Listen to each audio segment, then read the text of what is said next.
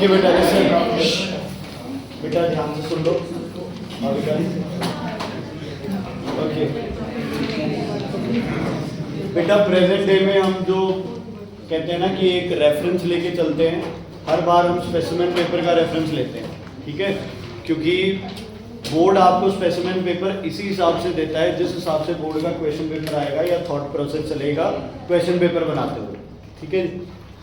ऐसा कोई कंपलसरी नहीं है कि स्पेसिमेन पेपर में जो क्वेश्चन आ गया वो बोर्ड में नहीं आ सकता, है ना? कई बार अपने दिमाग में ये चलता है कि ये फर्स्ट सेमेस्टर में आया था तो सेकंड में तो टीचर ये डालेगा ही नहीं क्वेश्चन। ऐसा कुछ बोर्ड के अंदर नहीं होता। हाँ, कई बार ऐसा भी हुआ है कि स्पेसिमेन पेपर से बिल्कुल उलट हो गया सारा सिस्टम। जैसे जब आपके एमसीक्यूज आए थे तो बोर्ड ने जो पैटर्न डाला था उसमें ये था कि न्यूमेरिकल्स के स्टेप वाइज के ऑप्शंस थे।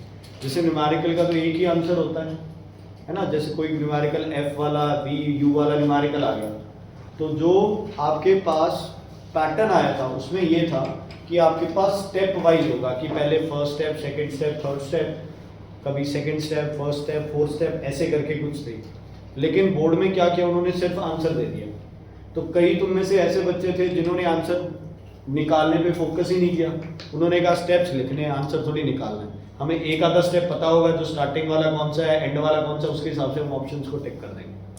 तो यही बच्चे तुम्हारे 2024 के पेपर में है। देखो जो तुम्हारे जितने पेपर हुए हैं, थोड़ा सा एक दिमाग चला के देखो भी उनके स्पेसिमेन और उनके क्वेश्चन पेपर्स में से टॉपिक्स में कोई मैचिंग है।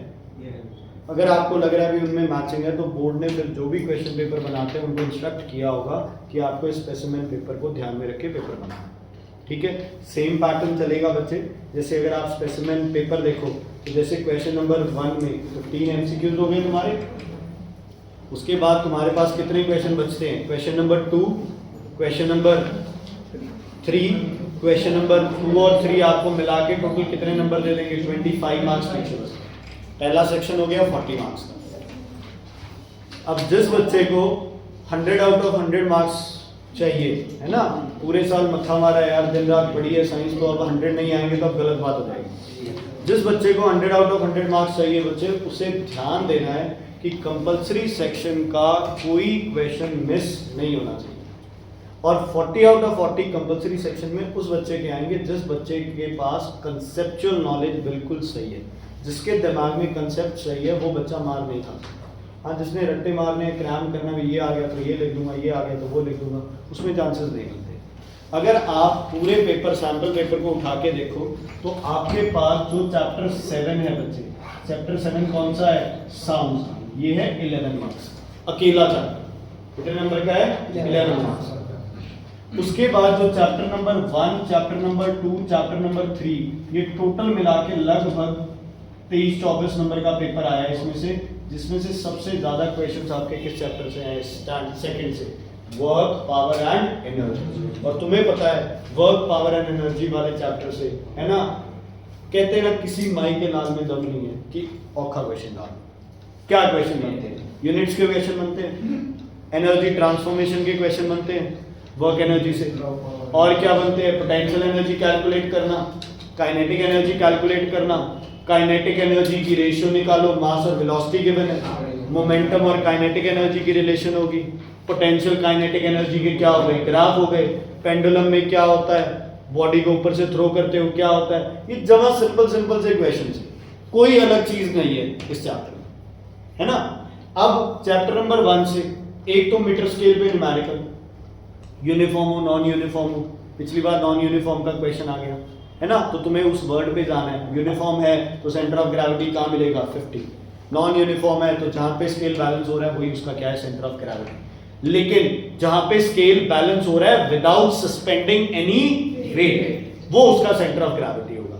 तो पिछले साल वाले क्वेश्चन में 40 था सेंटर ऑफ ग्रेविटी, तो स्केल का वेट कहाँ एक्ट कर रहा है? 40 पे एक्ट कर रहा है। समझ आ गई बच्चे?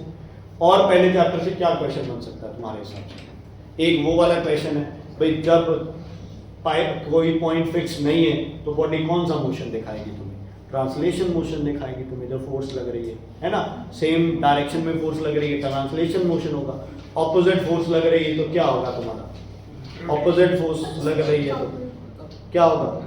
रोटेशनल मोशन होगा, और ऑपोजिट फोर्सेस अगर इक्वल नहीं है तो ट्रांसलेशन के साथ साथ क्या आएगा, रोटेशनल मोशन आएगा। ट्रांसलेशन के साथ क्या आएगा, रोटेशनल मोशन आ जाएगा। समझ आ गई? क्या रोटेशन प्रोड्यूस करने के लिए हमेशा कपल होना जरूरी है? यस या नो? यस, है ना, होता है। ठीक है, अब just for an example door open करते हो तो क्या क्या यहाँ रिएक्शन फोर्स लगता है? लगता है। कहाँ लगता है? हिंज पाइवट पॉइंट पे लगता है, उसका डिस्टेंस 0 है। ठीक है, एक ऐसे वाले सिंपल क्वेश्चन आ सकते हैं, मान लो ये फोर्स है 10 न्यूटन, ये पॉइंट है O, ये डिस्टेंस है आपका 2 मीटर, ये भी डिस्टेंस है 2 मीटर, यहाँ पॉइंट है B, ये पॉइंट है A, यहाँ भी फोर्स लग रही है 10 न्यूटन। तो O के अबाउट निकालोगे तो 10 × 2 20, 10 × 2 20, क्लॉकवाइज है तो माइनस साइन, एंटी क्लॉकवाइज है तो प्लस साइन, साइन के साथ प्लस माइनस जो भी करना है वो करना। कई बार पूछते हैं इसके अबाउट मोमेंटम बताओ, तो क्या होगा? इसके अबाउट फोर्स कौन सी है? 10 × 2 × 4 कितना आ गया? 40 न्यूटन मीटर। लेकिन इसकी वजह से भी तो होगा 10 × 0 0, ये 0 क्या है? B का डिस्टेंस, कहां से? B से। अबाउट B निकाला है तो फुलक्रम पॉइंट क्या है तुम्हारा? B। अबाउट B बोला तो फुलक्रम पॉइंट क्या है तुम्हारा? B। रीजनिंग वाले क्वेश्चन क्या आ सकते हैं? रेंज ऑफ शेडर यूनिफॉर्म्स में बता देता हूं। ठीक है बच्चे, ये हो गया क्वेश्चन। अब आपके पास चैप्टर बचता है बच्चे जो इकट्ठा फिर से बन के आता है, जो सैंपल पेपर में, मैं फिर से कह रहा हूँ सैंपल पेपर में बच्चे कोई गेस नहीं मारते इसके। ठीक है, सारी चीजें इंपॉर्टेंट है, कोई चीज अपन ये नहीं कर सकते कि अपन यार ये छोड़ दे, कंपलसरी सेक्शन में आ सकती है। चैप्टर आपके पास बनता है 8, 9 और 10। वैसे ये इलेक्ट्रिसिटी है और ये क्या है? मैग्नेटिज्म है, लेकिन इनको इकट्ठा मिला के फिर से तुम्हारे पास नंबर कितने बन जाते हैं बच्चे? इधर है प्रार्थना जी, ये नीचे आगे आ रहा है। ठीक है, टोटल नंबर फिर से कितने बन जाते हैं तुम्हारे? 25 बन जाते हैं। समझ आ गई बच्चे? ओके, तीसरा जो तुम्हारा सेक्शन बचता है वो कौन सा है? 11 और 12 चैप्टर। कौन सा हो गया? कैलोरीमेट्री और क्या हो गया? Modern physics. क्या आ गया? Modern physics. कैलोरीमेट्री और मॉडर्न फिजिक्स, जिसमें तुम्हारा रेडियो एक्टिविटी आ गया। बेटा रेडियो एक्टिविटी 12 नंबर का पेपर आया हुआ है तुम्हारे सामने पेपर, रेडियो एक्टिविटी है ना। फिर से वही बात, रेडियो एक्टिविटी से क्या पूछ लेगा अगला? है ना, रिएक्शन पूछ लेगा, प्लस माइनस अल्फा निकल रहा है, बीटा निकल रहा है वो पूछ लेगा, प्रोटॉन न्यूट्रॉन पूछ लेगा। ठीक है, यस जी भाई, पास होना जरूरी है। दोबारा 10th में हमारे पास भी सीट नहीं है, राहुल सर ने पढ़ाना आईसीएसई बंद कर दिया है, शैम्पी सर बसते हैं, चले जाना स्कूल में लेंगे वो चीज, वो ऑप्शन है। समझ आएगा बच्चे? ये 11, ये भी 10 नंबर का है, टोटल 22 से 25 नंबर का ये आ गया। 20 नंबर समझ आ गई बच्चे? ठीक है, 20 नंबर क्या रहेगा?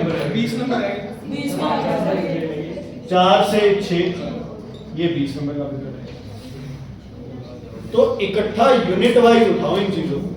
भाई अगर आप 4 चैप्टर कर रहे हो तो 5th और 6th उसके साथ रिवीजन होने चाहिए। जब आप फर्स्ट कर रहे हो तो फर्स्ट सेकंड करके नहीं छोड़ना है, फर्स्ट सेकंड थर्ड तीनों। अब थर्ड चैप्टर मशीन है यार, उसमें से क्या आएगा? लिवर, कोई चीज गिवन है उसका क्लास ऑफ लिवर बताना है, या क्लास ऑफ लिवर गिवन है उसका एग्जाम्पल बताना है। कोई डायग्राम बना होगा उसमें बताना है कौन सा लिवर है ये, है ना। तुम्हें पता है लोड आर्म बड़ा होगा तो लोड क्या होगा? कम लोड उठा रहे हो तो फोर्स मल्टीप्लायर तो नहीं है, क्या होगा? Speed multiplier. एफर्ट का डिस्टेंस ज्यादा है तो एफर्ट क्या लगेगा? कम एफर्ट लग रहा है तो फोर्स क्या हो गई तुम्हारी? मल्टीप्लायर हो गई। ये चीज ध्यान रखनी है, डिस्टेंसेस हमेशा कहां से लिए जाएंगे? पाइवट पॉइंट से या फिर फल्क्रम से। कहां से लिए जाएंगे? फल्क्रम से। फल्क्रम। उसके बाद तुम्हारे पास क्वेश्चन आ सकता है तुम्हारे पास पुली का क्वेश्चन। पुली कल अपन थोड़ी सी और डिटेल में डिस्कस की है कल हमने, तो मैं वीडियो डालूंगा वो एक बार चेक कर लेना। बट बच्चे अब ऐसे नहीं है कि घर से फोन उठा लो और फोन पे ही लगे रहो 24 घंटे, वो नहीं है। फिजिक्स का पेपर बच्चे रिवाइज करना पड़ेगा, पढ़ना पड़ेगा, फोन देख के नहीं होगा काम। ओके, उसके बाद ये आपका पैटर्न हो गया एक तरह से। तो रेडियो एक्टिविटी इग्नोर नहीं करना है, सबसे इजी है। मैं दोनों बच्चों के लिए बता रहा हूँ ये। बेटा टाइलें टूट जानी है ना, कूड़ेगा नीचे टाइलें जो देख रहा है, समझ आ गई? तो ये रेडियो एक्टिविटी वाला चैप्टर बच्चे प्लीज अच्छे से कर लेना। कैलोरीमीटर का रीजन क्या लिखोगे? लो specific heat capacity and a good conductor, 2 point बनेंगे, वो मैलिएबल डक्टाइल वाला एक बार इग्नोर, ठीक है। तीसरा हो तो है, समझ आ गई बच्चे? ओके, अब मैं ना ये 2024 वाला पेपर ही डिस्कस किया, उधर भी इधर भी मैं वो कर रहा हूँ, तो इसके साथ जितने भी टॉपिक्स आते रहेंगे अब हम उनको ब्रश अप करते रहेंगे। ओवर अटेम्प्ट का ये सीन है बच्चे, बेस्ट जो आते हैं वो पहले करने हैं। बाय चांस तुमने क्वेश्चन किए पहले 4 जिसमें तुझे भाविका जी मैं ज्यादा पढ़ा लिखा हूं उससे अभी बेटा, तो मेरी बात पे आप ज्यादा ध्यान दो बच्चे, ठीक है। 4 साल बाद हो सकता है वो आगे निकल जाए, अभी मैं हूं, तो मेरी बात सुनो बच्चे ध्यान से।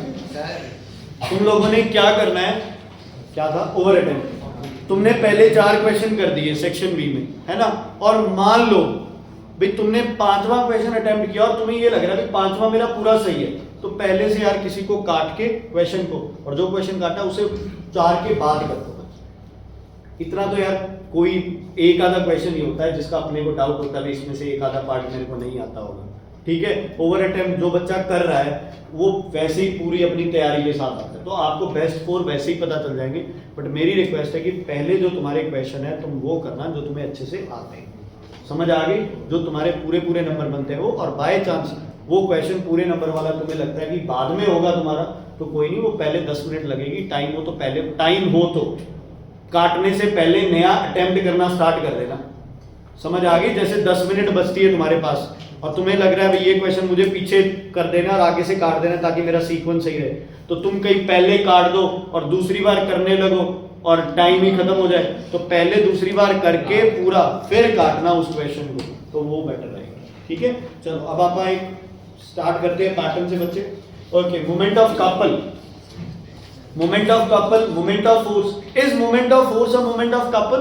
यस, बिकॉज दूसरी फोर्स तो हमेशा रहती है, उसका डिस्टेंस 0 तो हम कंसीडर नहीं करते। तो directions clockwise minus, anti clockwise plus, मतलब पॉजिटिव हो गया, ठीक है। Is it clear? Net moment जहां आ रहा है वहां दोनों को विद साइन क्या करना है, ऐड करना है। माइनस माइनस होगा तो ऐड हो जाएंगे, माइनस प्लस होगा तो माइनस सब्ट्रैक्ट हो जाएंगे, जैसे भी आए। सर कपल तो तभी लगता है ना जब इक्वल फोर्सेस बच्चे इक्वल एंड ऑपोजिट कह देते हैं हम लोग, मैं वैसे ही आपको वैसे ही बता रहा हूँ कि रिएक्शन फोर्स लगती तो इक्वल ही है। सर अगर हम दो मतलब जगह रिएक्शन फोर्स क्या क्या लगती है गेट में, अगर मैं एक्शन 10 न्यूटन लगा रहा हूँ, रिएक्शन कितना है, 0 या 10 न्यूटन? 10 न्यूटन, लेकिन लग किस पे रही है, ऑपल, मतलब उसी पे, तो वो 0। फोर्स कपल की इक्वल एंड ऑपोजिट ही है, लेकिन डिस्टेंस क्या हो गया 0, जिसकी वजह से उसका इफेक्ट नहीं आ रहा है। सर हर रोटेटरी मोशन कपल होना तो जरूरी है। हर रोटेटरी मोशन के लिए रिवर्स फोर्स होती है, एक या तो आप लगा दो, आप नहीं लगा रहे रिएक्शन हो जाएगा। सर दोनों साइड में लगा दूं तो फिर तो कपल नहीं होता, नहीं क्यों नहीं हो गया यार, इधर से फोर्स लग रही है, इधर से फोर्स लग रही है, सर इधर से 10 न्यूटन लग रही है, इधर से 5 न्यूटन लग रही है, वो रोटेट तो करेगा। उसमें आप नहीं कपल तो होगा ना। इस 10 न्यूटन की रिएक्शन 10 न्यूटन इधर है, इस 5 न्यूटन की रिएक्शन भी इधर है। 15 होगी दोनों साइड।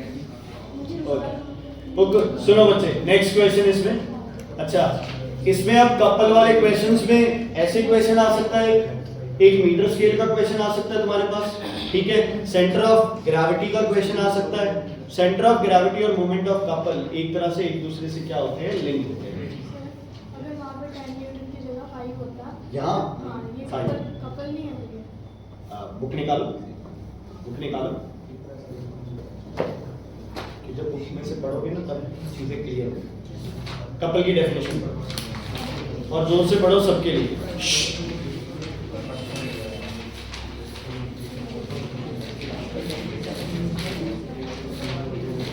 सुनो बेटा सभी, Two equal and opposite parallel forces two equal and opposite parallel forces not acting along the same line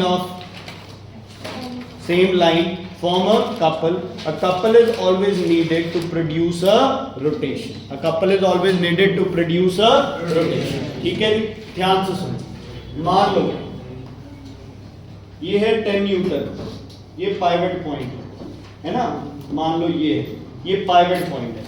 तो अगर 10 न्यूटन आप फोर्स लगा रहे हो, ये आपका क्या हो गया, एक्शन, तो यहाँ पे आपको क्या लग रहा है, एक रिएक्शन, वो भी कितने न्यूटन होगा, 10 न्यूटन। ये पाइवट, समझ आ गई बच्चे।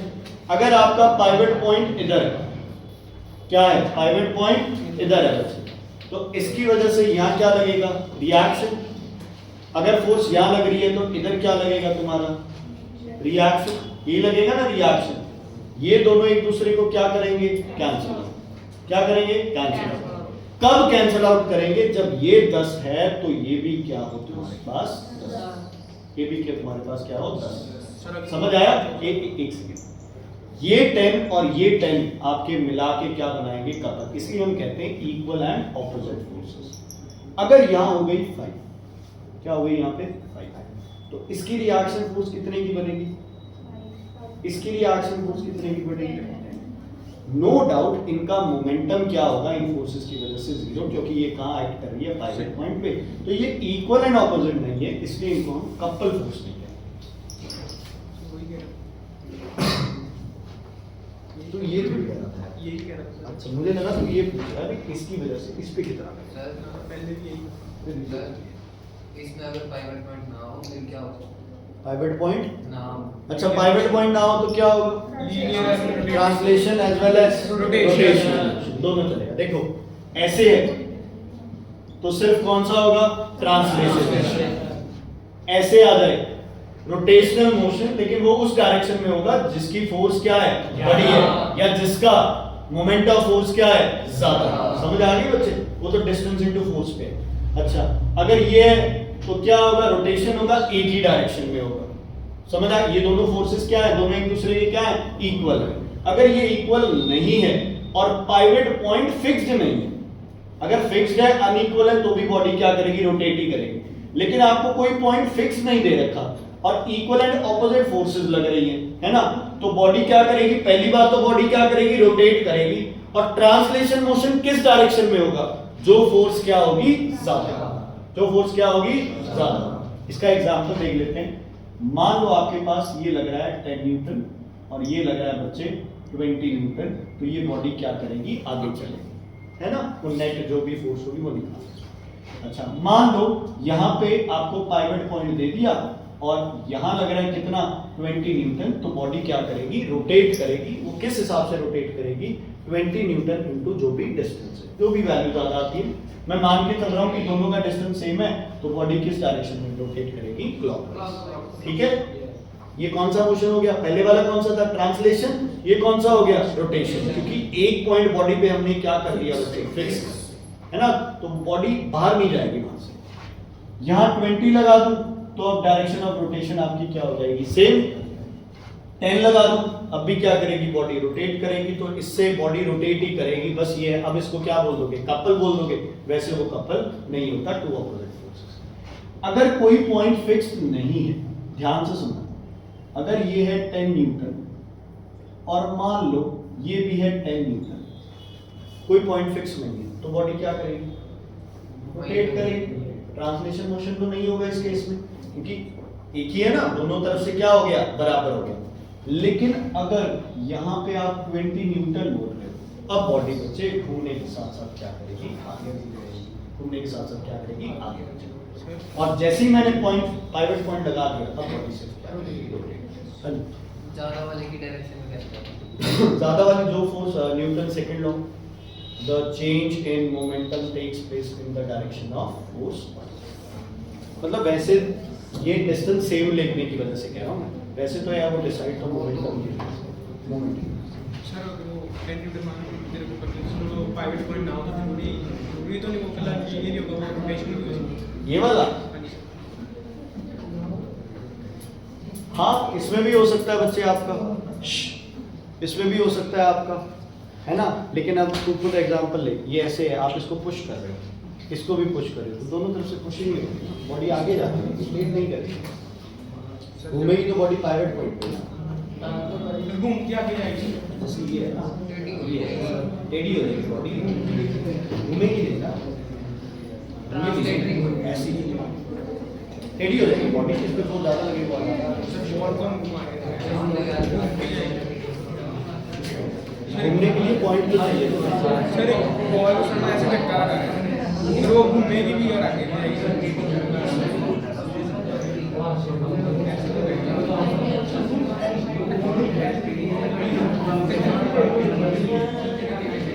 क्या कहना पायलट पॉइंट का नहीं करते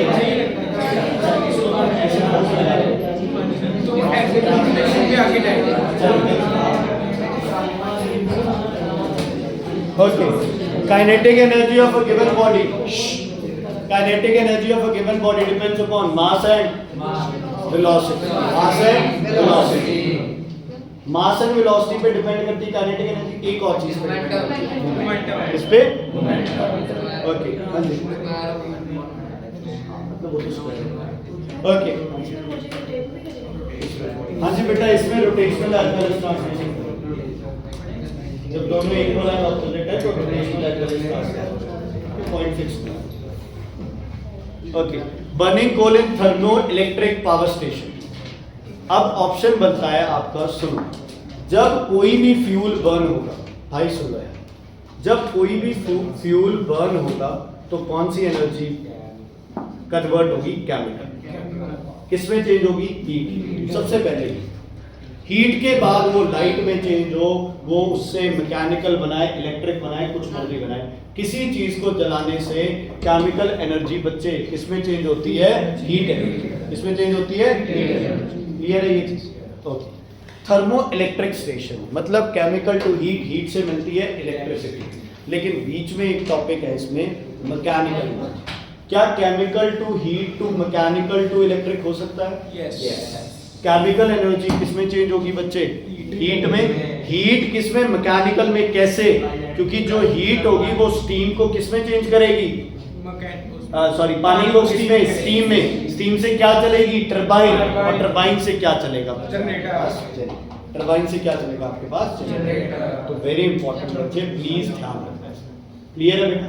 अच्छा, अगर आ जाता अकेला chemical to heat to mechanical तो क्या करते? Steam engine. क्या करते? स्टीम इंजन, है ना, जो कोयले वाला इंजन होता है गाड़ियों का, वो क्या करेगा? केमिकल को हीट बनाएगा, हीट से पानी को किसमें चेंज करेगा? स्टीम। वो कैंडल वाला आया था ना क्वेश्चन जैसे, तो chemical to heat to light. पहले लाइट नहीं, पहले क्या? हीट। क्योंकि गर्म होगी, इग्निशन पॉइंट तक पहुंचेगी, तब जाके चीजें जलेंगी, पहले जलने नहीं लगेगी। ठीक है? इज इट क्लियर बच्चे? क्लियर है? ये टू ट्रांसलेशन ऑपोजिट है in same direction at two different line of action है, तो ट्रांसलेशन एज वेल एज क्या करना है इसको? Rotational motion, unequal forces. समझ आ गई? इक्वल होती तो बॉडी क्या करती? सिर्फ कौन सा मोशन दिखाती? ट्रांसलेशन। इक्वल होती तो ट्रांसलेशन, अनइक्वल है तो translation as well as rotation. और पाइवट पॉइंट कर दिया तो फिर तो आपको पता है क्या होगा? रोटेशनल मोशन होगा, वो आप मूवमेंट निकाल के उस हिसाब से चलेगा। स्प्रिंग वाले स्प्रिंग वाले मतलब जैसे स्प्रिंग को एच हाइट तक। हाँ, MGH। सर वो एक क्वेश्चन एक क्वेश्चन है बच्चे जिसमें ये दिया हुआ है कि आपने ट्रॉली को पुल किया 2 मीटर, ट्रॉली का ये मास है ना, ट्रॉली का ये मास है, आपने उसे पुल किया तो वो कितनी वेलोसिटी से जाएगी, ऐसा कुछ है। तो वो ठीक है, आप mgh equals to half mv² करो, उससे कोई चक्कर नहीं। इलास्टिक पोटेंशियल एनर्जी बन जाएगी ना वो आपकी। वो कह रहे थे कि अगर हम एच हाइट तक उसको खींचेंगे तो उसकी पोटेंशियल एनर्जी u है। हाँ, अगर हम उसको 4 टाइम्स 4h करते हैं हाइट को, यानी 4, तो उसकी पोटेंशियल एनर्जी कितनी है? 4 टाइम्स हो जाएगा। 16 टाइम्स 4u 16u दिया। हाँ, क्वेश्चन अलग होगा ना, फिर वो बच्चे ऐसे होगा, मैं बताता हूँ। वो पोटेंशियल नहीं, फिर वो उसकी वेलोसिटी का कोई लेना देना होगा उसमें। तो ये होगा ना, ये होगा ना बच्चे, u इक्वल्स टू mgh। या तो क्वेश्चन बताओ तो मैं आपको बताऊँ इसमें क्लियर क्या होगा। ठीक है? क्योंकि मास है, ग्रेविटी है, हाइट बढ़ेगी, स्ट्रेच ज्यादा करोगे उतना आपको पोटेंशियल। सर उसका आंसर mgh √k अंडर। अच्छा, नहीं वो नहीं आएगा। इलास्टिक, भाई सुनो, इलास्टिक पोटेंशियल एनर्जी निकालना तुम्हारे पास नहीं आएगा उसमें आपका modulus of elasticity and all आते हैं। आपके सिलेबस में है ग्रेविटेशनल पोटेंशियल एनर्जी। आपकी बुक के अंदर बच्चे सेकंड चैप्टर के जो कंजर्वेशन वाला है उसमें एक स्प्रिंग वाला न्यूमेरिकल है, वो निकालो। मैं बताता हूं, स्प्रिंग वाला एक न्यूमेरिकल है, वो निकालो बेटा। मैं कुट्टू बहुत याद नहीं, मुझे कोई मतलब नहीं है तुम्हारे से, घर चले जाओ, चुपचाप बैठे रहो।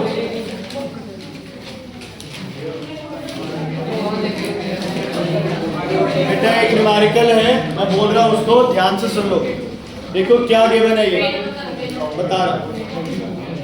A spring is kept compressed by a small trolley of mass 5 kg और उसकी वेलोसिटी गिवन है 2 मीटर पर सेकेंड।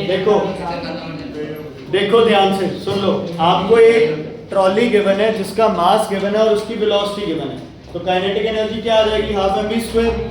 और इसने भी यहाँ देखो तुम्हें पोटेंशियल एनर्जी निकालना नहीं बताया, तुम्हें क्या कहा है, तुम्हें क्या कहा है कि व्हाट इज पोटेंशियल एनर्जी, कोई mgh या कोई फॉर्मूला नहीं लगाना। यहाँ सिर्फ law of conservation of energy से इसने बताया है कि जो काइनेटिक एनर्जी होगी वो किस वजह से बनी है, वो पोटेंशियल एनर्जी। ठीक है, कैलकुलेशन ऑफ इलास्टिसिटी और ये इलास्टिक पोटेंशियल किसकी, elastic potential energy is not in your syllabus. Okay, अच्छा रेडियो एक्टिविटी चैप्टर में बच्चे छोटे से पार्ट में पूरा चैप्टर अपना रिवाइज हो सकता है ना।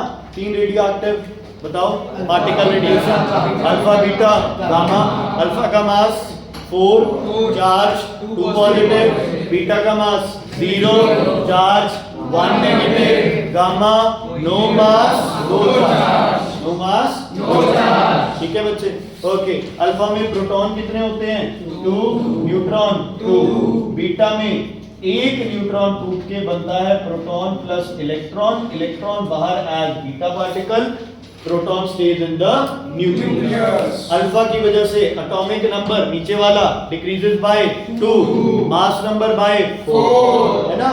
और दूसरे में बीटा में इंक्रीजेस बाय 1, डिक्रीजेस इंक्रीजेस। ठीक है, ये नो चेंज इसलिए क्योंकि न्यूट्रॉन कम हुआ तो एक प्रोटॉन बढ़ गया, mass number is sum of neutron and proton. Gamma में नो चेंज। ठीक है, highest penetrating power gamma, lowest alpha, ionising power alpha, lowest gamma, damage gamma, least damage alpha, positive plate side beta. ये बहुत बड़ी गलती होती है, positive plate आते दिमाग में चलता है पॉजिटिव चार्ज अल्फा तो अल्फा, नहीं, positive plate beta, negative plate alpha, no change gamma. ठीक है, अल्फा लेट क्यों डिफ्लेक्ट होती है, मास ज्यादा है, मास ज्यादा है, तो क्या ज्यादा होगा, इनर्शिया, मोमेंटम सब ज्यादा है। अच्छा एक पता है क्या होता है बच्चे, मान लो आपको सिर्फ एक ही डिफ्लेक्शन दे रखी है, किस साइड में, नेगेटिव प्लेट की साइड, है ना, या फिर अकेली एक डिफ्लेक्शन दे रखी है, किस साइड, पॉजिटिव साइड, किस साइड, पॉजिटिव साइड। ठीक है बच्चे, प्रिज्म का डायग्राम आए ना, ये कर लेना, नंबर मिल जाएंगे इसके। ये होनहार बच्चे हैं हमारे, रेजिस्टेंस आए तो ऐसे। ओके सुनो, अब जो सबसे इंपॉर्टेंट पार्ट है इसमें, पेपर में भी क्वेश्चन आता है, कई बार बच्चे तुम्हें डिफ्लेक्शन दे दी जाती है, ऐसे डिफ्लेक्शन दे दी जाती है पॉजिटिव प्लेट की साइड, है ना। तुम लोग है ना अपने दिमाग में बना लेते हो कि बुक वाला डायग्राम था, उसमें तो पॉजिटिव जल्दी मुड़ गई थी, इसमें लेट मुड़ रही है, तो लेट मुड़ने वाला पार्टिकल तो अल्फा है। नहीं बच्चे, तुम प्लेट देखो यार, तुम्हें मुड़ने और ना मुड़ने से क्या लेना देना। वो मुड़ने वाला कंसेप्ट आप कहाँ लगाते हो, जब मैग्नेटिक फील्ड में रखा जाता है ना, वहां भी 2 डिफ्लेक्शंस में से चूज करोगे कौन सी कम है कौन सी ज्यादा। समझ आ गई। अब जस्ट फॉर एन एग्जांपल, ये लाइन जो मैंने ड्रॉ की है, ये बड़ी लाइन है छोटी लाइन है, नहीं बता सकते ना। अब ये वो लाइन क्या होगी, और अब ये लाइन क्या होगी, बड़ी। आप सिर्फ एक की डिफ्लेक्शन से नहीं बता सकते कि डिफ्लेक्शन ज्यादा है या डिफ्लेक्शन कम है। समझ आ गई बच्चे, इज इट क्लियर। ठीक है, ये अकबर को नहीं पता था और तुम लोगों को पता है, देखो तुम्हारे दिमाग कितने शार्प हैं। Thank you sir, thank you paper में यूज करते हो। ओके, उसके बाद बच्चे रेडियो एक्टिविटी चैप्टर में कौन सा लॉ यूज होता है, रेडियो एक्टिविटी चैप्टर में कौन सा लॉ यूज होता है रेडियो एक्टिविटी में, law of conservation of mass, law of conservation of mass. जितने बच्चे, जो मास तुम्हारा पेरेंट न्यूक्लियस में होगा वही मास तुम्हारा डॉटर्स को ऐड करके कोई पार्टिकल निकल के सबको बनाएगा।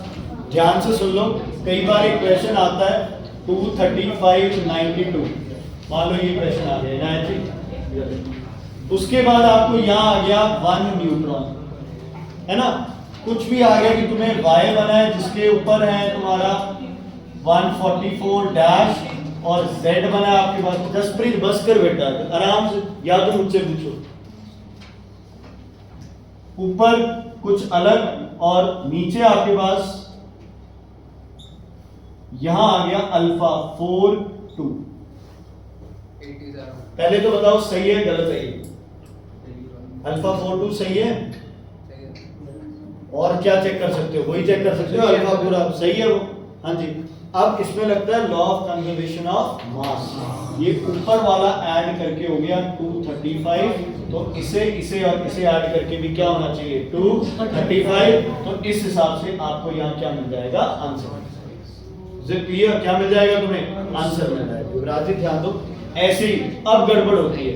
बच्चे क्या करते हैं 92 equals to x plus 35 plus 2 करते हैं। ये 1 क्या करना है बच्चे साथ में ऐड, ठीक है। क्योंकि ये न्यूट्रॉन आप स्लो मूविंग न्यूट्रॉन जब इसमें मारोगे तब जाके इसमें तुम्हारी क्या होगी? न्यूक्लियर फिशन होगी। ये तुम्हारा एक कहते हैं ना इनिशिएटर चाहिए तुम्हें इसमें इनिशिएट करने के लिए, ठीक है, ट्रिगर चाहिए। तो जैसे ये न्यूट्रॉन लगता है ये 92 प्लस 1 93 हो जाएगा। तो इधर भी टोटल मास क्या बनना चाहिए? 93 बनना चाहिए। तो 35 प्लस 2 37 हो गया। टोटल क्या बनना चाहिए? 93, जो भी 46 56 सर जो 3 न्यूट्रॉन निकलते हैं 46 ठीक है। सर करिए हाँ 37। सर हाँ जी सर जो 3 न्यूट्रॉन निकलते हैं सर 3 न्यूट्रॉन नहीं निकलते सर, एक जो तो सर वो किधर से आते हैं? न्यूक्लियर फिजन में आप एक स्लो मूविंग न्यूट्रॉन से क्या कर सकते हो बच्चे? 3 न्यूट्रॉन निकालते हैं, है ना। क्या करते हैं? 3 न्यूट्रॉन निकालते हैं। अगर उन 3 में से 2 को आपने एब्जॉर्ब करा दिया तो वो हो गया न्यूक्लियर रिएक्टर। अगर 3 के 3 दोबारा रिएक्ट कर गए तो वो हो जाएगा एटम बॉम्ब, अनकंट्रोल हो जाएगा, ठीक है। सर वो इसमें किसमें यार? ये तो एग्जांपल दिया है वैसे। है सर, उसके ऊपर भी तो बंदा है।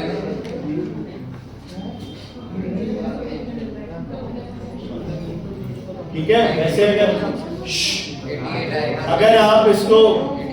अगर आप इसको कंसीडर करोगे क्या न्यूट्रॉन, तो सॉरी बच्चे, ऊपर 1 और नीचे भी इसके क्या आएगा? 1 आएगा। क्यों आएगा? क्योंकि न्यूट्रॉन है ना। तो न्यूट्रॉन क्या आएगा? सही लिखा है मैंने?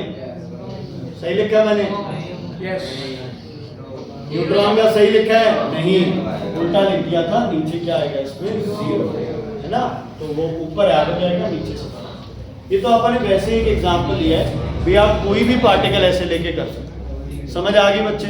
ओके। अगर यहाँ बीटा आ जाता तो बीटा में नीचे क्या होता है? माइनस। नीचे क्या होता है? -1। तो ये 92 -1 कितना हो जाता है? 91। तो इधर वाले का आंसर भी क्या आना चाहिए? 91। ठीक है बच्चे, क्लियर है? तो प्लीज बेटा रिक्वेस्ट है, इस टाइप के क्वेश्चन जो इजी क्वेश्चन होंगे प्लीज उन्हें बेटा गलत मत करना, क्योंकि अगर गलत करोगे तो फिर कोई फायदा नहीं है, ठीक है। ओके, आगे आपके पास क्वेश्चंस आते हैं बेटा इसमें असर्शन और रीजन के। तो असर्शन और रीजन के जितना मेरे को लगता है आपके क्वेश्चन बन सकते हैं लाइट चैप्टर से, कि रेड और वायलेट लाइट का कोई प्रॉपर्टी आपको गिवन है और उसका रीजन भी पूछा हुआ है। जैसे UV radiations are not used in जो भी है इमेजिंग वाले में, because it effects the photography. तो ये असर्शन है और ये इसका दूसरा इसका क्या हो गया? Reason. Infrared are used in night photography because they do not get scattered. Ultraviolet radiations are used in sonar या depth sounding, echo depth sounding. क्यों? Because they are highly energetic, forms a beam and they also do not get deviated, है ना, do not get deviated, intensity lose, energy lose नहीं करते हैं। कौन?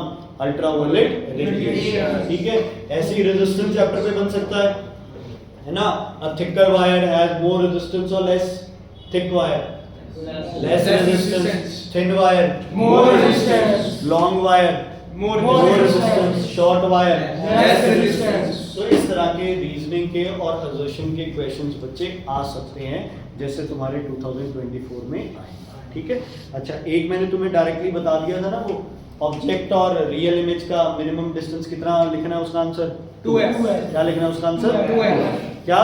2f। ठीक है, द मिनिमम डिस्टेंस रिक्वायर्ड, ये इक्वेशन ही है, the minimum distance between object and it's real image of focal length f is 2f। अच्छा, 2f जो होता है क्या वो सेंटर ऑफ कर्वेचर होता है?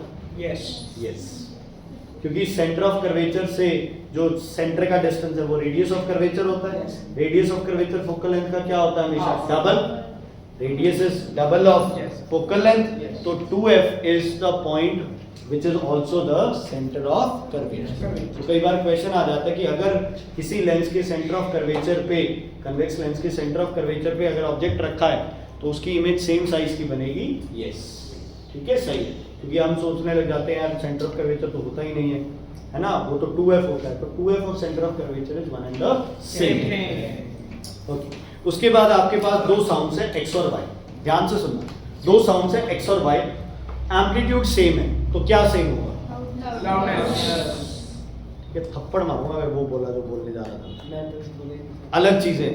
ओके, एम्पलीट्यूड सेम है तो लाउडनेस इंटेंसिटी क्या हो गई? सेम। ओके, दूसरी चीज, same wave pattern, quality timber waveform क्या हो गया? सेम। क्योंकि देखो बच्चे, हम मान, ठीक है, हमें पता है loudness depends upon the listener, but yet अगर दो एम्पलीट्यूड सेम है तो जो आप उसका न्यूमेरिकल वैल्यू निकालेंगे वो दोनों की क्या आएगी? सेम आएगी। एक की फ्रीक्वेंसी है 60, एक की है 120, तो क्या अलग है दोनों में?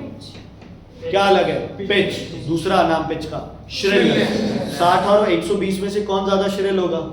120। कौन ज्यादा लाउड होगा? कोई नहीं कह सकते, है ना, वो तो जो ये क्वेश्चन गिवन होगा उसके हिसाब से होगा। ठीक है, ओके। श्रिलर का ऑपोजिट ग्रेव, फ्लैट। ग्रेव या फ्लैट। लाउड का ऑपोजिट फीबर। लाउड का ऑपोजिट फीबर। ओके, उसके बाद है vibrations produced in a body under the influence of periodic force. अब ध्यान से सुन लो यार, ये क्वेश्चन बड़ा गलत करते हो, ध्यान से सुन लो। अगर आपको आ जाए नो फोर्स तो कौन सी वाइब्रेशन है? Natural vibration. फ्रीक्वेंसी क्या होगी उसकी? Natural frequency. ठीक है, नेचुरल वाइब्रेशन। अगर आपके पास इवन ये भी गिवन है, कौन सी? रिस्टोरिंग फोर्स, तो भी कौन सी है? Natural vibration. अगर आपके पास है under the influence of damp force, under the influence of resistive force, है ना, या vibration in air, vibration in medium, ये सारी कौन सी वाइब्रेशंस है? Damped vibration. कौन सी वाइब्रेशंस है? Damped vibration. अगर आता है periodic force, external periodic force, तो ये सब क्या है? Forced vibration. सिंपल क्वेश्चन आएगा यार इस पे और आप कंफ्यूज हो जाते हैं।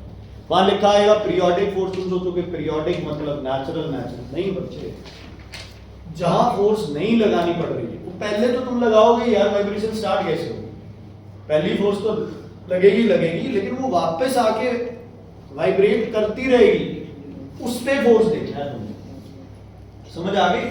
जैसे मैंने किसी बॉडी को पुश किया, ठीक है, तो यार वो पुश तो करनी पड़ेगी ना, उसे कैसे वाइब्रेट करेगी वो बिना पुश किए? उसे हमने उसे पुश किया और तुम बोलने लग जाते हो ये तो फोर्स वाइब्रेशन होगी। नहीं, अगर उसे पुश किया उसके बाद आप कोई फोर्स नहीं लगानी पड़ रही है और उसकी एम्पलीट्यूड क्या है? सेम है। एम्पलीट्यूड क्या है उसका? सेम है। वैक्यूम में है वो, तो वो कौन सी वाइब्रेशन होगी? Natural vibration, which can only be possible in vacuum. ठीक है, एयर में वाइब्रेट करा रहे हो तो क्या हो गई? डैम्प। बार बार फोर्स लगा रहे हो तो क्या हो गई? Forced vibration. फोर्स्ड वाइब्रेशन का एक और पार्ट है जिसका नाम क्या है? Resonance. If frequency of forced vibration, पता है क्या है? बहुत बच्चे ये लिखते हैं, if forced frequency is equal to natural frequency. Forced frequency is nothing. If frequency of forced vibration is equal to natural frequency of the body is said to be in resonance. Amplitude is maximum. Resonance हो गया, दो pendulum है, दो चीजें हैं same length की, आ गई, resonance हो गया। उसके बाद जो मर्जी होता रहे, चाहे लेंथ ज्यादा हो चाहे लेंथ कम हो, उससे रेजोनेंस वो एम्पलीट्यूड मैक्सिमम नहीं होगा। हाँ, वो अपने को पता है, मैंने तुम्हें कुछ पॉइंट्स भी लिखाए हैं, है ना, रेशियोज लिखाए थे, क्लोज्ड की, ओपन की, कुछ 1:2। एक आपको वो जैसे जैसे एयर कॉलम की हाइट कितने टाइम्स हो जाएगी? 3 टाइम्स हो जाएगी, तो दोबारा क्या होगा, रेजिस्टेंस, दोबारा क्या होगा, रेजिस्टेंस। ठीक है, अच्छा उसके बाद याद है ग्राफ वाला क्वेश्चन, एक ट्रिक बताई थी, यस सर, जिधर भी बचा उधर P Q R, किसका रेजिस्टेंस ज्यादा है, P क्या VI ग्राफ रेजिस्टेंस देता है, yes slope is y upon x, v upon I, v upon I is R। ठीक है, P ज्यादा है, यस पक्का, Yes। मैंने बताया था V I के बाद आता है, सीक्वेंस में V को बड़ा नंबर माना जाता है, I को छोटा माना जाता है, तो V के साइड वाली लाइन का रेजिस्टेंस क्या होगा, हमेशा ज्यादा। अगर इसी ग्राफ को मैं ऐसे कर देता, I ग्राफ और V, अब किसका रेजिस्टेंस, टेम्परेचर किसका ज्यादा होता, ठीक है। अब ध्यान से सुनना, आपके पास VI ग्राफ है, मुझे बताओ तुम्हें बनानी है एक हीटर की वायर, तो PQR में से किसे चूज करो, P चूज करो, यस बल्ब की वायर बनानी है तो P बल्ब की वायर बनानी है तो P पक्का, यस क्यों किसी ने बोला है, सर फिर मेल्ट हो जाएगा।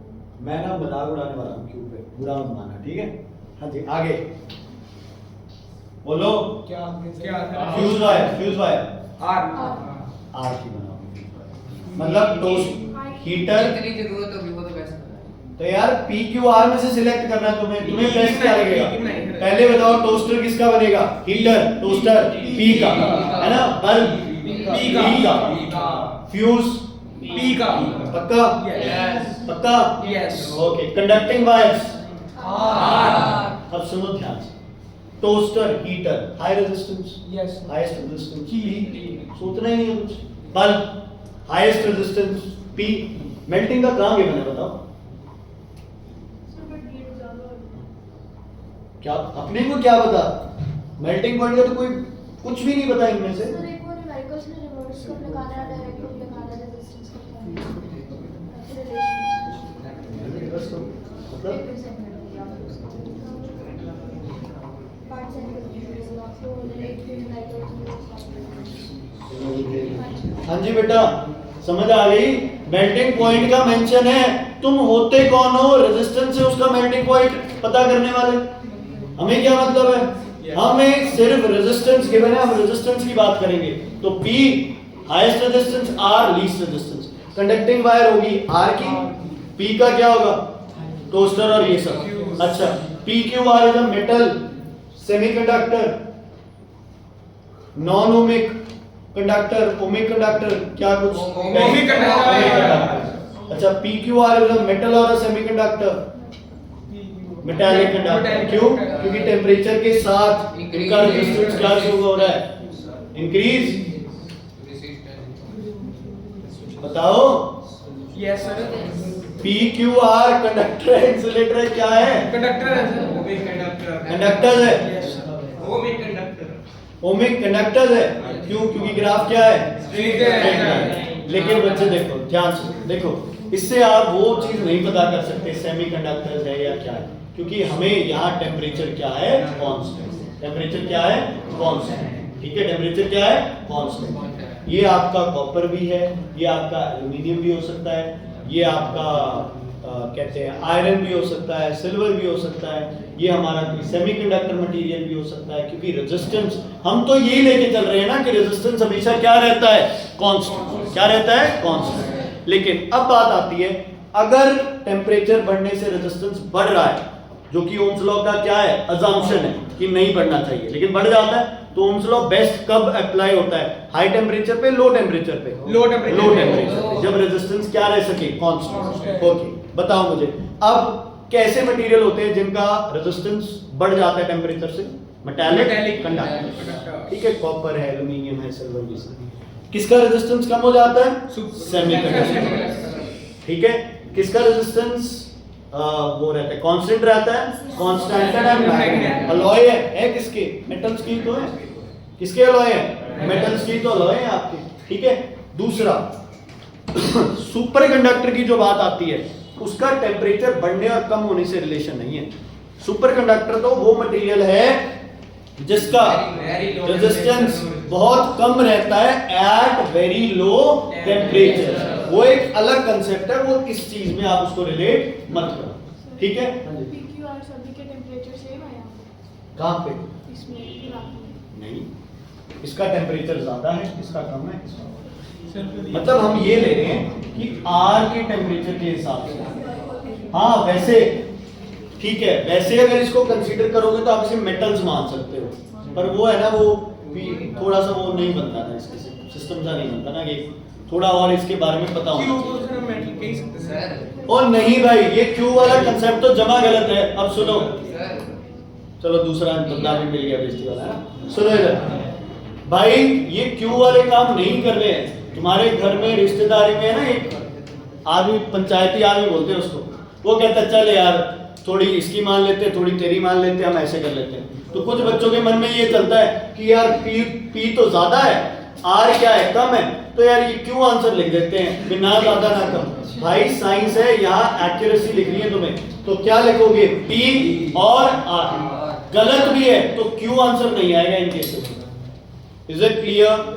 ये ग्राफ वाले क्वेश्चन इंपॉर्टेंट मेटल हैं। लगा मैंने ओमिक कंडक्टर किसको? बेटा ओमिक कंडक्टर्स तो है ये टेम्परेचर कांस्टेंट के साथ सर किस पे? क्यों सर सुनो इधर, सब सुनो इधर, देखो ये ग्राफ अलग अलग तरीके से बन सकता है। हो सकता है सेम मटेरियल था और ये अलग अलग क्या थे? टेम्परेचर। समझ आ गई? हो सकता है मटेरियल क्या था? सेम था, लेकिन अलग अलग टेम्परेचर्स थे। तो T1 की वैल्यू क्या हो गई? ज्यादा, T3 की वैल्यू क्या हो गई? कम। समझ आ गई? ओके। उसके बाद हो सकता है ये तीनों मटेरियल्स क्या हो? डिफरेंट हो, और तीनों का टेम्परेचर क्या हो? सेम हो। तो हो सकता है P इस टेम्परेचर पे ज्यादा रेजिस्टेंस दिखाता है, Q कम दिखाता है, R और कम दिखाता है। तो ये कह रहा हूं ना भाई, इसमें थोड़ा सा और अगर हमें गिवन होगा, उसके बाद आप इन चीजों के बारे में बता सकते हैं। ठीक है बच्चे? तो ऐसे क्वेश्चन अगर आ जाए टेबल वाले क्वेश्चन, तो वो बच्चे क्वेश्चन गलत नहीं कर। इसने कॉइल ऑफ टोस्टर पूछा था, तो कॉइल ऑफ कंडक्टर तो ये है, कौन से? ओमिक कंडक्टर्स की ग्राफ है टेम्परेचर तो कांस्टेंट ही है। बेटा, वो फिर एक्सेप्शन चलता है ना उसमें। सर ये ग्राफ ओमिक कंडक्टर की पहचान क्या है? VI graph, straight line. Non ohmic conductor VI graph. ठीक है? हाँ जी। जो पी है इसका रेजिस्टेंस ज्यादा है, ऐसे पता चलेगा कि जो आई है उसकी वैल्यू सेम रख दो दोनों के लिए। स्लोप ज्यादा है इसकी, स्लोप में V की वैल्यू ज्यादा होगी, I थोड़ा पीरियड होगा तो इसलिए तब पी और आर की जो आई है वो सेम रख लें, तो पी है जो पी का ज्यादा ज्यादा होगा। हाँ, तो वही तो। न्यूमरेटर ज्यादा आएगा तो हाँ। एक से ज्यादा। स्लोप ज्यादा है ना। Okay, next. According to old convention, चलो भाई ओल्ड और न्यू कन्वेंशन। पहले live wire old convention red, new convention brown. Old convention neutral wire black, new convention light blue, है ना। और वो तो पहले क्या थी? ग्रीन, अब येलो है और ग्रीन। ओके, उसके बाद लॉज कर लेते हैं आप। पूरी बुक के अंदर अपने कितने लॉज हैं या प्रिंसिपल है? फर्स्ट चैप्टर में प्रिंसिपल ऑफ मूवमेंट, जल्दी बोलो। Clockwise movement equals to anti clockwise movement when the body is in equilibrium. When the body is in equilibrium. समझ आ गया बच्चे? ओके, एक यार उसका थोड़ा सा बीच में रिवाइज करा रहा हूँ। यूनिफॉर्म सर्कुलर मोशन में जल्दी से बताओ बच्चे। स्पीड कांस्टेंट, स्पीड कांस्टेंट या zero? Constant. Velocity zero but variable, because velocity is a vector quantity, है ना। तो वो क्या चेंज होता है वेलोसिटी का? बार बार डायरेक्शन, डायरेक्शन, है ना। मैग्नीट्यूड तो चलो वेलोसिटी का जो भी है जीरो नहीं होगा, सॉरी स्पीड जितना ही होगा, लेकिन उसकी डायरेक्शन बार बार क्या है? चेंज। वेलोसिटी वेरिएबल है तो एक्सेलरेशन भी उसकी क्या हो गई? वेरिएबल, है ना। क्यों? क्योंकि यहाँ मैग्नीट्यूड की बात नहीं है। मैग्नीट्यूड की बात होती तो कुछ अलग चीजें होती, लेकिन मैग्नीट्यूड की बात नहीं है। यहाँ किसकी बात कर रहे हैं हम? डायरेक्शन की। लेकिन डायरेक्शन ऑलवेज क्या रहेगी? Towards the centre, because of which force? Centripetal force. Because of which force? Centripetal force. चलो खत्म। ओके, पहले में हो गए। दूसरे चैप्टर में कोई है? Law of conservation of energy, number 1। दूसरा work energy theorem. the change in kinetic energy is brought about by doing work ना, तो work done is equal to change in kinetic energy है ना, when there is no loss of energy to the surrounding. Clear है? Potential हमेशा किस में change होगी? Kinetic. लेकिन काइनेटिक किस में चेंज हो सकती है? है ना, काइनेटिक धोखा दे सकती है, पोटेंशियल नहीं देगी। ओके, क्या होगा? ओके, उसके बाद ध्यान से सुनो, उसके बाद अब तेरे पे कमेंट मारूंगा, एक बहुत ही गंदा एग्जांपल है, वो जो बकवास करेगा उसी पे जाएगा, तो चुप रहना आप तुम लोग। ओके, उसके बाद बच्चे अपने पास सेकंड चैप्टर में और कोई नहीं आता है ये लोग, फिर आप चले जाते हैं थर्ड चैप्टर में, इसमें प्रिंसिपल ऑफ क्या है? लेवल्स। वो भी किस पे बेस्ड है? प्रिंसिपल ऑफ मूवमेंट्स, जो कि कहता है clockwise movement equals to anti clockwise. अच्छा, उसकी अगर इक्वेशन लिखनी पड़े तो क्या लिखोगे? Load into load arm equals to effort into effort arm. Third का हो गया। फोर्थ चैप्टर में एक लॉ है, स्नेल्स लॉ, है ना, mu equals to sine I upon sine R. एक प्रिंसिपल है, प्रिंसिपल ऑफ रिवर्सल, है ना, refractive index of one medium with respect to another is equal to reciprocal of another with respect to the first medium, जो भी आए, ठीक है। उसके बाद आपके पास कोई नहीं आता, उसमें सिंपल चलता है ना। फिर आता है बच्चे आपके पास इसमें इलेक्ट्रिक साउंड वाले चैप्टर में कोई लॉ आता है साउंड में? सोचो, दिमाग घुमाओ। पहले में इको वाली चीजें हैं, दूसरे में वाइब्रेशंस है, तीसरे में तुम्हारे पास कैरेक्टरिस्टिक्स हैं, तो नहीं आता। कैरेक्टरिस्टिक्स में क्या तीन कैरेक्टरिस्टिक्स लिखनी है आपने? लाउडनेस, पिच और क्वालिटी एंड टिम्बर। वो एम्पलीट्यूड है ना, सब्जेक्टिव नहीं। हम कैरेक्टरिस्टिक्स जब लिखते हैं तो हम ये सब्जेक्टिव प्रॉपर्टीज लिखते हैं, ऑब्जेक्टिव नहीं लिखते, ठीक है बेटा। जल्दबाजी में कोई अक्षर गलत बोला जाए तो तुम अब तो समझ सकते हो, है ना। जैसे अभी मेरी गलती से सब्जेक्टिव बोला गया तो ऑब्जेक्टिव नहीं यूज करना है, सब्जेक्टिव यूज करना है। ओके, उसके बाद बेटा जब हम जाते हैं अगले 8 चैप्टर में, तो अपने पास ओम्स लॉ है। कौन सा लॉ है अपने पास?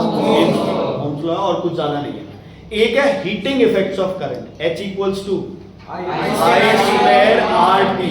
ये कहाँ यूज होगा? फ्यूज में। प्रिंसिपल ऑफ फ्यूज क्या है? प्रिंसिपल ऑफ फ्यूज क्या है? वर्किंग ऑफ फ्यूज किस पे बेस्ड है? Heating effect of current. Current बढ़ेगा तो हीटिंग बढ़ेगी, है ना। हीटिंग बढ़ेगी तो फ्यूज क्या कर सकता है? मेल्ट कर जाएगा, और वो अपने लिए क्या है? अच्छा है, ठीक है जी। ओके, उसके बाद आपके पास जो इलेक्ट्रोमैग्नेटिज्म वाला आता है, उसमें 3 तो डायरेक्शन वाले हो गए, right hand thumb rule Fleming's, left hand rule Fleming's, right hand rule, है ना। ये तो 3 तो ये हो गए। एक लॉ है, कौन सा है? Lenz law. जब भी मैग्नेट पास लाओगे पोलैरिटी कौन बताएगा? Lenz law. Induced current EMF कौन बताएगा? Lenz law. लेकिन कॉइल में अगर करंट बताना है तो आप फ्लेमिंग्स क्या लिख सकते हो? राइट हैंड रूल भी लिख सकते हो। समझ आ गई? 3 में से हो सकता है 2 चीजें गिवन हो। हम यहाँ लेफ्ट हैंड से निकालते हैं फोर्स, राइट हैंड से हम निकालते हैं direction of current, induced current. लेकिन इंड्यूस्ड करंट गिवन हो, मैग्नेटिक फील्ड गिवन हो, मोशन पूछा जा सकता है। समझ आ गई? आपको नॉर्थ पोल साउथ पोल पहले ही कॉइल का गिवन है, और मैग्नेट पास आ रहा है, तो आप पास आ रहे हैं तो कौन सी पोलैरिटी आएगी? ऑपोजिट। दूर जा रहा है तो कौन सी पोलैरिटी आएगी? कौन सी आएगी? देखो, बाय चांस ये गिवन है तुम्हें, है ना, ये मैग्नेट गिवन है, इसका मोशन गिवन है तुम्हें, और यहां पोल गिवन है साउथ। तुम्हें बताना है यहां कौन सा पोल होगा? साउथ। कौन सा पोल होगा? साउथ। ये साउथ इसकी वजह से बना है, समझ आ गई? तो ये पोल क्या होगा? साउथ। यही दूर जाता तो यह पोल कौन सा होता? नॉर्थ, क्योंकि यहां साउथ दे रखा है तुम्हें पहले से। समझ आ गई बच्चे? अच्छा, मैग्नेट जब एंटर कर रहा है और लीव कर रहा है तो डायरेक्शन ऑफ करंट सेम रहेगा, ऑपोजिट हो जाएगा? ऑपोजिट हो जाएगा। अब मैग्नेट अगर यहां आ रहा है ना, और मैग्नेट यहां से बाहर जा रहा है, तो डायरेक्शन ऑफ करंट जब इधर आ रहा है तो जो भी डायरेक्शन है बाहर जाएगा तो डायरेक्शन क्या हो जाएगी? रिवर्स। क्योंकि अब पास में कौन सा पोल आ रहा है? मान लो नॉर्थ पोल, तो अब ये क्या जा रहा है? दूर जा रहा है, तो जो भी आएगा उस हिसाब से तुम डायरेक्शन लिख लो। इज इट क्लियर बच्चे? Is it clear? ओके, उसके बाद बोलो बच्चे, क्या दिक्कत? नहीं? तो ये लॉज हो गए। अच्छा, कोई लॉ मिस कर दिया मैंने? Faraday's law. कितने लॉ है फैराडे के? 2 लॉ। पहला कहता है the change in magnetic flux is responsible for producing the induced EMF. Whenever there is a change in magnetic flux linked with the coil, there is always a EMF, है ना, और always a induced current. और दूसरा law कहता है higher is the rate of change of magnetic flux, higher will be the induced EMF. Higher will be the induced EMF. Okay. जब अकेली coil given है तो थंब की साइड कौन सा पोल होगा? नॉर्थ. और ये किस डायरेक्शन में होगा? करंट की डायरेक्शन में, है ना? और कौन से हाथ से होगा ये? राइट हैंड से. मान लो यही इसी की बात कर लेते हैं हम लोग, है ना? मान लो यहाँ पे तुम्हें करंट की डायरेक्शन गिवन है ऐसे, तो करंट किधर जा रहा है? इधर. तो ये इधर कौन सा पोल हो जाएगा? नॉर्थ. इधर कौन सा हो जाएगा? साउथ. क्या बच्चे? सर उसी से निकालना करंट की डायरेक्शन. इसी से. अरे वो तो यार वैसे एग्जांपल ही है. करंट की डायरेक्शन ये आ जाएगी उसमें. ये साउथ है, ये हो गया.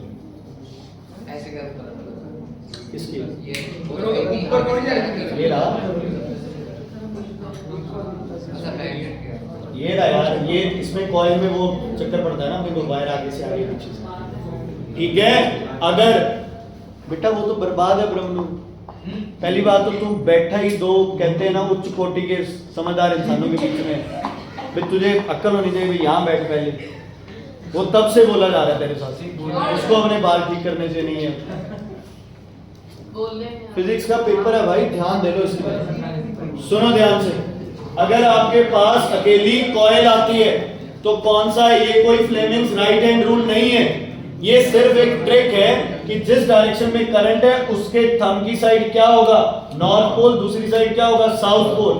लेकिन अगर तुम्हारे पास आयरन ओर गिवन है, तुम्हें पता है उसके अराउंड रैप की हुई है वायर को, वहां आप प्रॉपरली जो भी आप प्रोसेस करते हैं उसी प्रोसेस से सही आएगा. उसमें ही लग सकता है. उसमें ये नहीं लगाना बच्चे, उसमें गड़बड़ हो जाएगी. उसमें नहीं लगाना, उसमें नॉर्मल जो लगेगा वही लगेगा. ठीक है. ओके. अगला क्वेश्चन है आपके पास. Lenz law is based on law of conservation of dash. Lenz law of conservation of energy. जितनी बच्चे मैकेनिकल एनर्जी उस मैग्नेट को रोकने में आपने क्या की है? खत्म की है. यही होगा. काइनेटिक एनर्जी से आ रहा था मैग्नेट, आप उसको रोक रहे हो तो उसकी काइनेटिक एनर्जी क्या हो रही है? कम. तो जितनी वो एनर्जी कम हो रही है वो किस में चेंज हो गई? इलेक्ट्रिकल. किसमें चेंज हो गई? Electrical energy. अब बच्चे बहुत बड़ी एक डिफिकल्टी है, सब बच्चों को आता होता है ये क्वेश्चन, लेकिन पेपर में अटेम्प्ट करते हुए सब गलत कर देते हैं. मैंने इसको पहले भी डिस्कस किया है. Heat capacity, specific heat capacity, heat, latent heat, specific latent. ध्यान से समझो. हीट होती है किसी भी बॉडी का टेम्परेचर इंक्रीज डिक्रीज करने के लिए या स्टेट चेंज करने के लिए. दोनों तरह की हीट होती है ना. अगर काइनेटिक एनर्जी चेंज हो रही है तो टेम्परेचर चेंज हो रहा है, पोटेंशियल चेंज हो रही है तो स्टेट चेंज हो रही है. ओके. ये तो नॉर्मल हीट हो गई जो होती है mc डेल्टा T. अच्छा. एक होती है कैपिटल C. ये है heat capacity. Heat required to change the temperature. Heat required to change the temperature. तो हीट कैपेसिटी किस पे डिपेंड करेगी? पहली किस पे? हीट पे भी. अच्छा. इसका एक और फॉर्मूला होता है हीट कैपेसिटी का, मास इनटू स्मॉल c. तो ये मास पे भी डिपेंड करेगी और ये किस पे डिपेंड करेगी? Specific heat capacity. अब कई बच्चे कहते हैं कि स्पेसिफिक हीट कैपेसिटी भी तो हीट कैपेसिटी अपॉन मास हो जाती है. नहीं बच्चे, मतलब वैल्यू आ जाएगी इससे, लेकिन आप ये नहीं कह सकते कि स्पेसिफिक हीट कैपेसिटी मास पे डिपेंड करती है, because it is for per unit mass. Specific heat capacity लिखा है तो समझ जाओ मास हमेशा क्या है? 1 kg. स्पेसिफिक रेजिस्टेंस लिखा है तो समझ जाओ लेंथ हमेशा क्या है? 1 मीटर. एरिया हमेशा क्या है? 1 मीटर स्क्वायर. एरिया हमेशा क्या है? 1 मीटर स्क्वायर. तो रेजिस्टिविटी हो गया, स्पेसिफिक रेजिस्टेंस हो गया, आपका ये हो गया स्पेसिफिक हीट कैपेसिटी हो गया. ये मास पे डिपेंड नहीं करते. इनके चाहे यूनिट में मास आता हो, इनके फॉर्मूला में मास लिखा है, लेकिन ये मास पे डिपेंड नहीं करते. लास्ट बार एक पेपर में क्वेश्चन आया था, जिस बच्चे के 98 थे फिजिक्स में, उस बच्चे ने ये क्वेश्चन गलत कर दिया. आई डोंट रिमेंबर कि एग्जैक्टली क्या था, लेकिन कुछ ऐसा था. वहां गिवन था कि लेटेंट हीट डिपेंड्स अपॉन, क्या लिखा है? Latent heat. आधे से ज्यादा बच्चों के मन में लेटेंट हीट का मतलब समझ गए होंगे कि कैपिटल एल होगी. नहीं बच्चे, लेटेंट हीट क्या है? QL equals to M into small l. ये capital L. Capital L is specific heat. इतनी सी गलती की उस बच्चे ने. तो क्वेश्चन था कि लेटेंट हीट डिपेंड्स अपॉन मास. ठीक है, बच्चे ने कर दिया उसे. लेटेंट हीट डिपेंड्स अपॉन मास। बच्चे ने कैंसिल करके क्या कर दिया, नो। ठीक है, पूरा खुश। आके मुझसे पूछा लेटेंट हीट डिपेंड्स ऑन, मैंने हाँ सही है। दिमाग में तो वही चल रहा है ना, स्पेसिफिक ही चल रहा है। फिर जैसे आप बैठ के आराम से बैठ के पेपर सॉल्व करते हैं, तो मैंने जब आंसर की भेजी तो मैंने उसमें ये भेजा, कहते सर आपने तो ये बताया। मैंने कहा नहीं बच्चे, ये देखो क्या लिखा हुआ है यहाँ पे, लेटेंट। तो latent heat depends upon mass, yes. Heat capacity depends upon mass, yes. Specific latent heat depends upon mass, no. शायद ये हो क्वेश्चन, मैं पूरा याद नहीं मुझे। स्पेसिफिक लेटेंट हीट किस पे डिपेंड करती है, मास पे तो करती नहीं है, तो किस पे करती है डिपेंड, नेचर ऑफ सब्सटेंस। किस पे, नेचर ऑफ सब्सटेंस। जैसे स्पेसिफिक हीट कैपेसिटी किस पे डिपेंड करती है, नेचर ऑफ सब्सटेंस। ठीक है बेटा, क्लियर है। कंडक्टर की स्पेसिफिक हीट कैपेसिटी क्या होगी, ज्यादा, इंसुलेटर की क्या होगी, ओके। उसके बाद आता है amount of heat energy required to melt a given mass of a substance. बताओ इसका answer. Amount of heat required to melt given mass of a substance. Melt, change in state, latent heat और specific heat. फिर से बोला, given mass, latent heat, unit mass, समझ आ गई बच्चे। ठीक है, ऑप्शंस थे स्पेसिफिक लेटेंट हीट और लेटेंट हीट। तो हम किस पे जाएंगे, ठीक है, फ्यूजन दे रखा है, लेटेंट हीट और फ्यूजन। अब पता है क्या, ध्यान से सुनना। ऑप्शंस क्या है, specific heat capacity, specific latent heat of fusion, specific latent heat of freezing. तो बच्चे के दिमाग में वो स्पेसिफिक 3 आ गए ना, तो कई बार ये चलता है कि यार स्पेसिफिक ही आएगा, नहीं। गिवन मास का मतलब क्या है, स्पेसिफिक नहीं है। ठीक है बेटा, okay. When a ray of light enters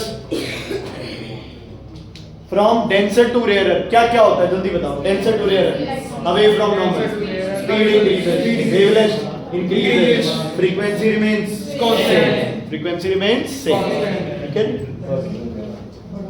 चलो।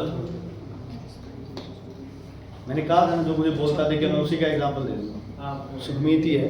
Okay. An endoscope uses optical fiber to transmit high resolution images of internal organs without loss of information. Okay, सुनो बच्चे, सुनो, listen, भाई सुनो। देखो, जैसे क्वेश्चन है तुम्हारा एंडोस्कोप का, ठीक है। हमारे यहाँ पे आप कितने ऐसे बच्चे बैठे होंगे कि पता ही नहीं होगा एंडोस्कोप क्या है, तो हमें मतलब ही नहीं है यार उससे, है ना। हमें क्वेश्चन में चेक करना है कि हमें जो चीज हमने कर रखी है क्या वो इसका पार्ट है या नहीं है। ओके, मान लो हमने क्या करना है, सुखमीत है, इसका एक टेस्ट करते हैं, है ना। हम चेक करते हैं कि सुखमीत के दिल में कौन है ना। तो हम क्या करेंगे, अगर इमेज निकालेंगे तो इमेज क्या आएगी, धुंधली आएगी। यार प्रॉब्लम क्या है, तुम लोग कहाँ जा रहे हो। हम क्या करेंगे, क्या डालेंगे अंदर, ऑप्टिकल, क्या जाएगा अंदर, ऑप्टिकल फाइबर। हर्षविंदर कह रहे इसका फोन देख लो, नहीं यार। क्या डालेंगे, ऑप्टिकल फाइबर, क्या डालेंगे, ऑप्टिकल फाइबर। ऑप्टिकल फाइबर क्यों, टोटल इंटरनल लगा हुआ है, स्क्रीन सेवर लगा हुआ है। ओके, सुनो। ओके, तो ऑप्टिकल फाइबर का क्या करना है, optical fibre total internal reflection की सारी एनर्जी क्या मिलेगी हमें, वापस मिल जाएगी। समझ आ गई। तो जहां से सिग्नल आ रहा है वहां से सिग्नल 100% एनर्जी के साथ हमारे पास पहुंचेगा। तो इसका क्वेश्चन पता है कहां से स्टार्ट होता है, ध्यान से सुनना। The phenomenon of light that governs the functioning of optical fibre, total internal reflection. बच्चा जब ये एंडोस्कोप और ये वो सब चीजें पढ़ता है ना, तो धक्के से दिमाग खराब कर लेता है, नहीं करता। समझ आ गई। ओके, नेक्स्ट आपके पास प्रिंसिपल ऑफ लेवल्स है। एक मास का क्वेश्चन है, सेंटर ऑफ ग्रेविटी हमेशा किस साइड होती है, जिस साइड क्या होता है बॉडी का मास ज्यादा, जिस साइड मास क्या होता है ज्यादा। इसमें ना दो चीजें गिवन है, कॉपर स्टील बराबर है, आधे आधे, लेकिन दे रखा है कि स्टील का मास ज्यादा है, कॉपर का मास कम है। तो ऑब्वियसली सेंटर ऑफ ग्रेविटी किस साइड जाएगी, स्टील की साइड जाएगी, कॉपर की साइड नहीं जाएगी। डिस्टेंसेस हमेशा कहां से लेते हो, सल्क्रम से या फिर पाइवट पॉइंट से। ओके, भूमि अगर लोड का डिस्टेंस ज्यादा है तो वो फोर्स मल्टीप्लायर है या स्पीड मल्टीप्लायर? लोड का डिस्टेंस ज्यादा तो मतलब एफर्ट का डिस्टेंस कम, तो एफर्ट क्या लगाना पड़ रहा है? ज्यादा। तो क्या होगा, स्पीड मल्टीप्लायर या फोर्स मल्टीप्लायर? स्पीड। बच्चे पता है क्या, इसमें एक कंफ्यूजन रह जाती है। हम लोग ये समझ लेते हैं कि एफर्ट ज्यादा लग रहा है, तो एफर्ट ज्यादा लग रहा है तो फोर्स ज्यादा होगी। नहीं, एफर्ट आपको लगाना पड़ रहा है वो ज्यादा, तो आप ज्यादा एफर्ट लगा रहे हो, इसका मतलब आपकी फोर्स मल्टीप्लाई नहीं हो रही। ठीक है बच्चे, होए सुन लो ध्यान। अच्छा, एक लेंस है आपके पास जिसके दो रिफ्रैक्टिव इंडेक्स है। ब्रह्म ध्यान दो बच्चे, ऊपर अलग है नीचे अलग है रिफ्रैक्टिव इंडेक्स, तो कितनी इमेजेस बनाएगा वो? दो। अगर 3 रिफ्रैक्टिव इंडेक्स होते तो 3 इमेजेस। समझ आ गई? 4 लाइट अलग अलग कलर की पास कर रही है लेंस से, तो प्रिंसिपल एक्सिस पे कितने पॉइंट पे कट करेगी? 4 पे या 1 पे? 4 पे। बल्कि प्रिज्म तो उन्हें और दूर कर देगा। तो अगर red, green, yellow, orange light है तो वो लेंस से पास होने के बाद भी 4 जगह से पास करेगी। प्रिज्म का कौन सा सरफेस, पहला या दूसरा, डिस्पर्जन कराता है? पहला। दूसरा डिस्पर्जन क्यों नहीं कराता? पहले हो गई। नहीं नहीं नहीं, डेंसिटी तो रेयर नहीं। दूसरा क्यों नहीं कराता? क्योंकि light striking the second surface is of single wavelength. जो इकट्ठी व्हाइट लाइट थी वो ब्रेक डाउन होके कितनी लाइट्स बन गई? 7। तो सेकंड सरफेस के 7 पॉइंट्स पे अलग अलग कलर की लाइट लग रही है, इकट्ठी नहीं है ना? लाइट वाज पॉलीक्रोमैटिक और फर्स्ट सरफेस के बाद लाइट क्या हो गई? मोनोक्रोमैटिक। फिनोमेनन इज डिस्पर्जन, और जो बैंड मिलेगा उसे क्या बोलोगे? स्पेक्ट्रम। क्या बोलोगे? स्पेक्ट्रम। क्लियर? उसके आगे कन्वेक्शन लेंस रखते हैं, वो एक जगह मिलती है। किसके आगे? वो प्रिज्म के आगे। ना उल्टा प्रिज्म लिखो, कन्वेक्स क्यों लिखो? मतलब इससे अगर 7 बन रही है उल्टा रख दो, कनकेव रख दो तो हो सकता है। कनकेव फिर भी तुम्हें हो सकता है, हो सकता है क्योंकि कनकेव में वो उल्टे होते हैं ना प्रिज्म। अगर सारी यहाँ पे स्ट्राइक करा दे तो हो सकता है, पर वो तो फिर एक प्रिज्म हो गया ना। इन्वर्टेड प्रिज्म इकट्ठी कर देगा भाई। इसमें से बेटा अगर एक प्रिज्म से, फिर वही बात, मैं एक प्रिज्म से जब लाइट जाती है तो वो 7 कलर्स में क्या होती है? स्प्लिट। क्योंकि वायलेट कलर कम वेवलेंथ की वजह से ज्यादा हो जाता है और रेड कम जाता है। सुन ले भैया, लेकिन अगर आप वैसा ही एक प्रिज्म उल्टा रख दो, वर्टेक्स डाउन रख दो, तो बच्चे वो 7 की 7 लाइट दोबारा रिफ्रैक्ट होंगी, दोबारा डेविएट होंगी, है ना? तो वो दोबारा डेविएट कितनी होंगी? उतनी ही डेविएट होंगी जितनी वो पहले से हुई थी, लेकिन डायरेक्शन क्या हो गई? ऑपोजिट। तो अगर वो पहले इधर हुई थी तो दूसरी साइड ऊपर की तरफ हो गई, वापस क्या बन जाएगी? White light. ओके, ब्रह्मनूर आंसर करो। अगर मैं एक ग्रीन लाइट को प्रिज्म से पास कर रहा हूं तो कितने कलर्स की लाइट मिलेगी? एक कलर मिलेगा या 4? असल में 4 मिलेगा। GREE।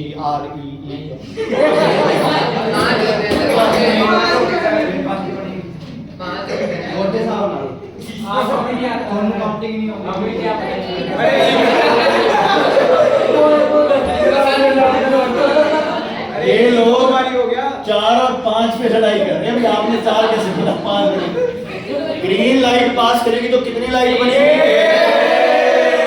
जो कलर है वही बनेगा।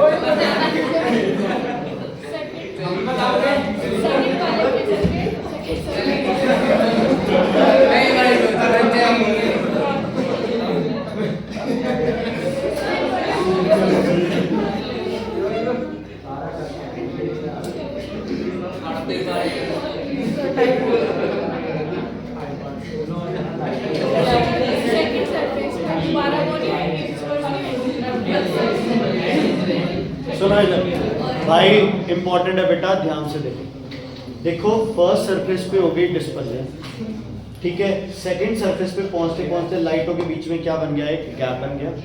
यहाँ बना नहीं है, ठीक है, लेकिन अपने को पता है कि ये गैप यहाँ और भी ज्यादा हो, तो यहाँ से जब वो डेविएट होगी तो यहाँ से गैप क्या होना स्टार्ट हो जाएगा? कम, और यहाँ पे आके गैप बिल्कुल क्या हो जाएगा? 0। ठीक है, तो यहाँ हुई डिस्पर्जन, यहाँ हुई रिफ्रैक्शन, यहाँ हुई रिफ्रैक्शन इन ऑपोजिट डायरेक्शन, और यहाँ हुई फिर से कलेक्टिव हो गया, रिफ्रैक्शन ही हुई है, यहाँ भी डिस्पर्जन नहीं हो गया। सर तो कन्वर्ज को आप दूसरे फेस पे करेंगे या फिर फर्स्ट फेस पे करेंगे? यहाँ भी कन्वर्ज होगा और यहाँ भी कन्वर्ज। सॉरी ये एक सेकंड, हाँ नहीं ये तो सही है,